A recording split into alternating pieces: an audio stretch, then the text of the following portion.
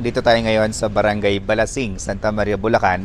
At ito, yung nasa likuran ko, ito yung ongoing na house and lot na worth of 1.7 million pesos.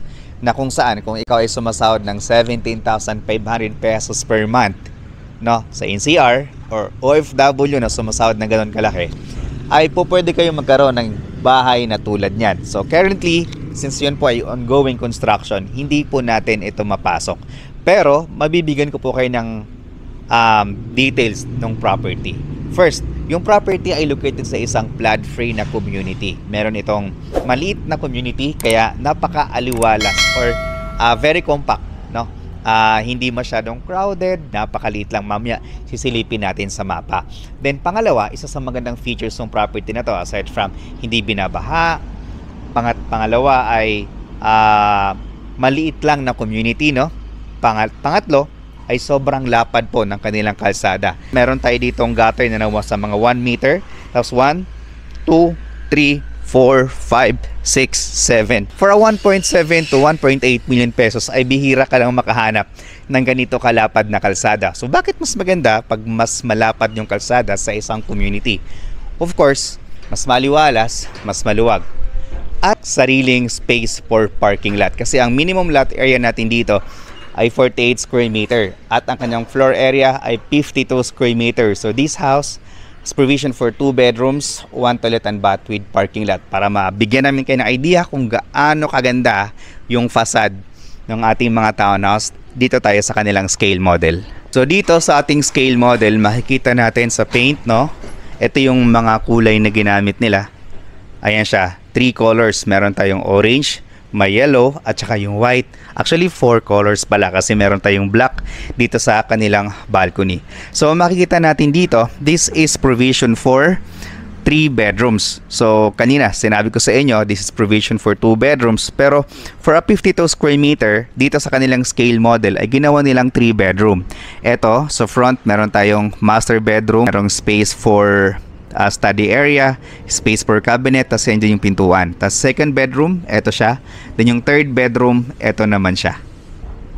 Ayan. Tapos yung ground floor natin is, ayan po, meron tayong living area, dining area, kitchen area. Tapos sa likuran ay meron tayong service area. Then dito naman sa harap ay meron tayong space for our parking lot. Ayan. For price na 1.6 or 1.7 to 1.8 million pesos, eto nga po yung makukuha ninyo. So dito naman sa kanilang bahay or sa kanilang subdivision plan, ito yung entrance ng subdivision.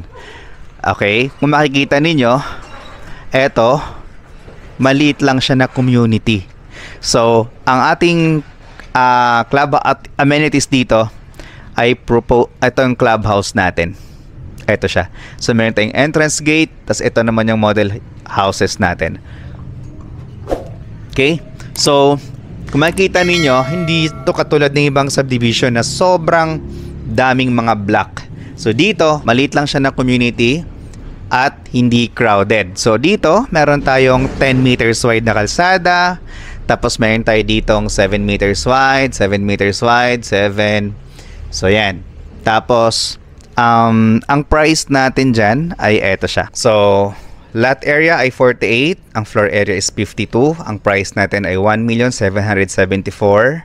Ang loanable amount natin ay 1,555,000. Meron tayong down payment na 219,000. Bawasan natin ang reservation fee na 7,500. Yung balance niyan, 24 months to pay. So 8,826.